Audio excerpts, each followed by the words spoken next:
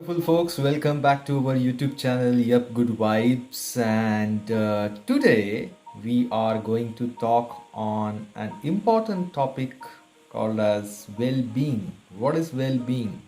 Why it is important to maintain well-being in our human lives?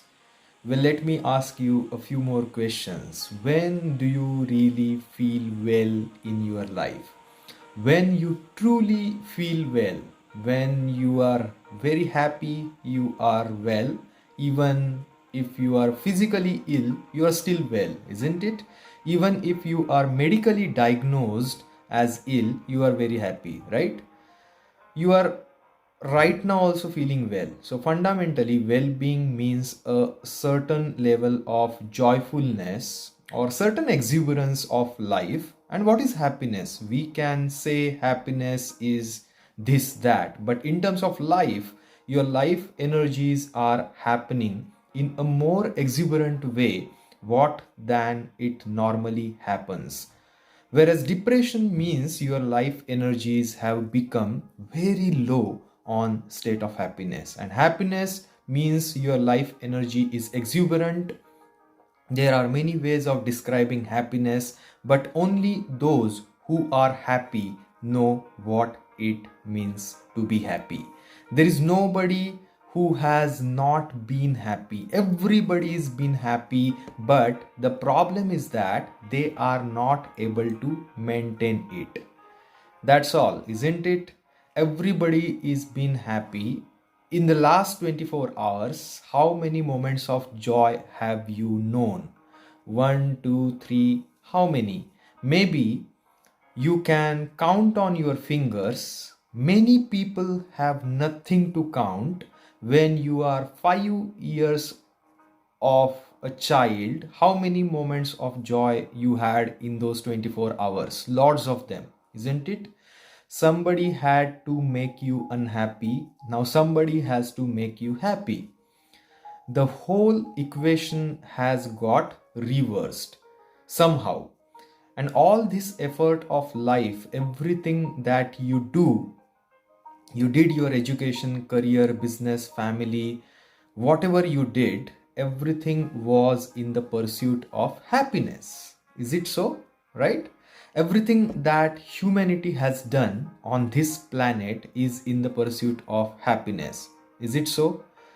In the last 100 years, we have done too much on this planet, and with the use of science and technology, we have changed the very face of this planet. Today, we have the kind of comforts and conveniences that no other generation could ever even imagine. But are we any happier? We are definitely the most comfortable generation ever on this planet. But are we also the most joyful generation? It has not worked. Science and technology has brought enormous amount of comfort and convenience to our lives, things that we could not imagine just 25 years ago or just a living reality today, isn't it? But are we any more joyful? No. All these comforts and conveniences have not come easy, right? They have come at a tremendous cost to every other life on this planet. Yes, every creature from plant to animal to everything, including human beings, have paid enormous price to create those comforts and conveniences, and we are not even happy. So then what is the point? Life around you will not happen 100% the way you want it to happen, and it should not happen, because if everything happens the way you want it to happen, there is no meaning to it, right?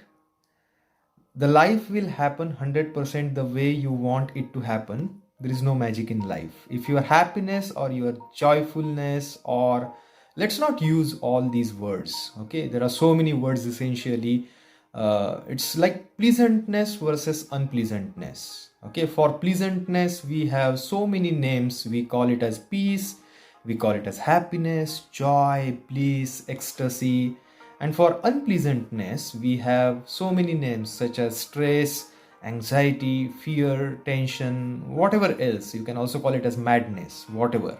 Pleasantness versus unpleasantness. If your pleasantness is dependent upon what happens around you, the chances of you being pleasant all the time is remote, isn't it? Is this something where in this cosmic space there is somebody who knows which is up and which is down?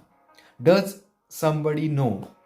Is there somewhere it is marked this side is up? Nobody knows which side is up and which side is down. It is just an assumption, right? Do you know really which is north and which is south? In the real sense, do you know what is north and what is south? It is just for our convenience. We have just fixed it and we have just assumed few things. Yes or no? Do you know what is east and west? Do you know what is forward and what is backward? You don't know.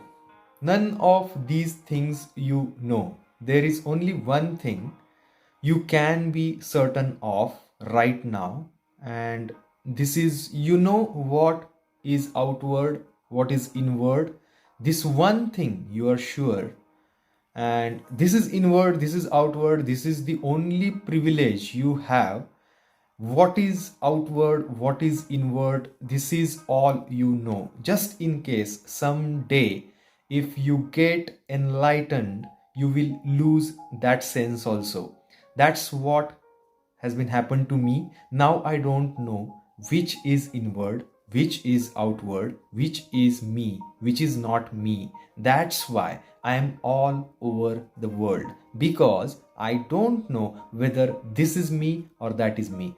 Where you see me within yourself, where you hear me right now, the same answer, within yourself. Where have you seen the whole world? Within yourself. Have you ever experienced anything outside of yourself? Everything that ever happened to you, darkness, light, okay, happened within you. Pain and pleasure happened within you. Joy and misery happened within you. Have you ever experienced anything outside of yourself? So what I'm asking you is, what happens within you? Who should determine how it should happen? What happens within you? How this should happen? Who should determine how it should happen? Somebody else? No. Definitely you should determine what should happen within all of this, isn't it? So if you determine what's happening within this, your whole experience of life will be determined by you, nobody else but you. The events around you may not be determined by you, but how your experience of life is on this planet is 100% determined by you if you take charge of all of this. How does one manage to find happiness then? One simple thing is, every human experience has a chemical basis to it. What you call it as a peace is one kind of chemistry. What you call it as happiness or joy is another kind of chemistry. Maybe ecstasy is one kind of chemistry. Agony is another kind of chemistry. Anxiety, one more, another kind of chemistry. Stress, yet another kind of chemistry. All levels of pleasantness and unpleasantness is rooted in a certain chemical background within you. If you establish a chemistry of blissfulness, that's how you will be.